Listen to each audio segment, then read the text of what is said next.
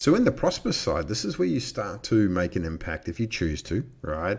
You start to prosper internally, externally. The really this is all about your life. This is how you start to live your future vision. You start to if you want to, you can go and help charities and build that legacy. It's about educating the children. You may even at this stage look to build out a what they call a family office, right? Where you actually take your portfolio and you do get your children involved, right? Or for other family members, the choice is yours, to build out a legacy portfolio, one that's going to outlast you, outlast your kids, outlast their kids, so on and so on.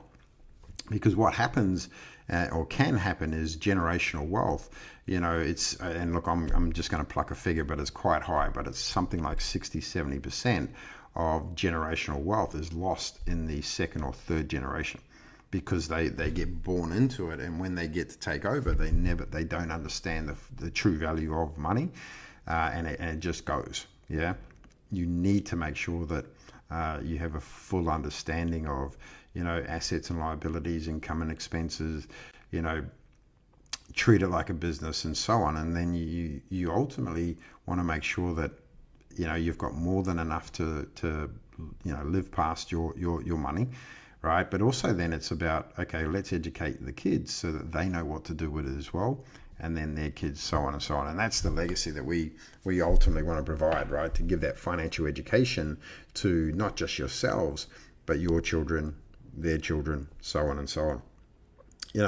And then you want to prosper by, again, like I said, build your life your way, live it your way. Billy and I have come to our end game, right? So we're now financially independent, but we're also location independent as well, right? And that's the key there, is to go, where do I want to live? And we've just spent this year just exploring the UK and Europe. We haven't nowhere near finished the amount of exploring we want to do in this part of the world. But one of our ultimate goals is to live in summer, right? And I must admit, it's getting a bit chilly. So we're going to definitely be, heading south for the summer in the very near future. So that's how we build it out, right, guys? And so you prepare.